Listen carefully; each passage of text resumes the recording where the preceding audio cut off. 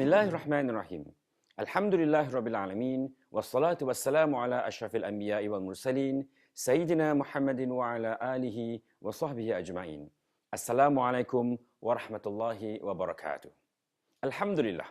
Welcome back to the Alchemy of Hippie-ness YouTube channel.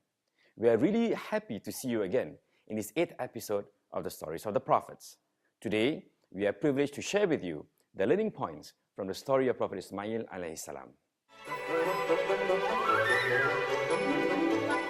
There are many lessons that we can learn from the story of Prophet Ismail alayhi salam. His story is closely related to the later stories of Prophet Ibrahim alayhi salam. But one event really stood out for me. It is a story of ultimate obedience and sacrifice. One day, Allah commanded Prophet Ibrahim to sacrifice his son, the son that he had after years of prayers and had just met after a decade of separation. Instead of rejecting the command to sacrifice his own son, he consulted Prophet Ismail to see if he understood what he was commanded by God. In Surah As-Safat, chapter 37, verse 102, Allah said, "O my son, I see in a vision that I must offer you in sacrifice." And he responded by saying, "Fandur madha tara." What do you think of this? Qala ya abati, and he said, "O my father, do that which you have been commanded. InsyaAllah, InsyaAllahu minas sabirin. You will find me among those who are patient." If one is told by one's father that he is to be killed due to a vision or a dream, surely it will not be taken in the best of manners. But Prophet Ismail alayhi salam knew the station of his father. The pious son of a pious father was committed to submitting himself to God. So Prophet Ibrahim alayhi salam took his son to the place of sacrifice and laid him face down. And for this reason, Allah described in the most beautiful words, painting a picture of pure submission which bring tears to the eyes.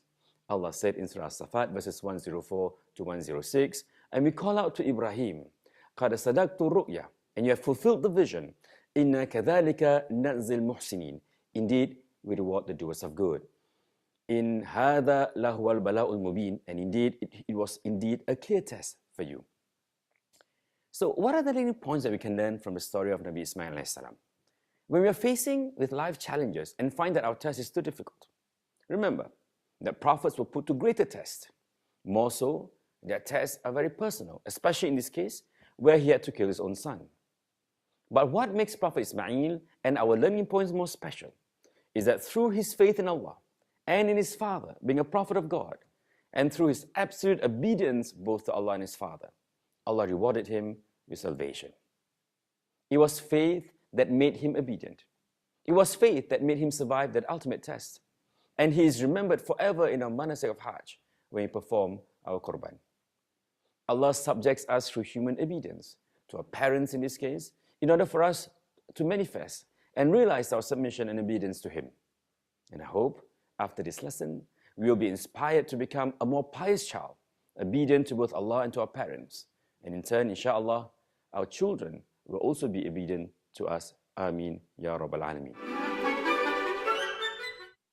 We get what we plant. InsyaAllah, our good habits that we cultivate will also inspire our children to have good values, especially in these challenging times. Ameen, Ya Rab. With that, I hope to see you again in the next episode of The Stories of the Prophets. Love, the Alchemist.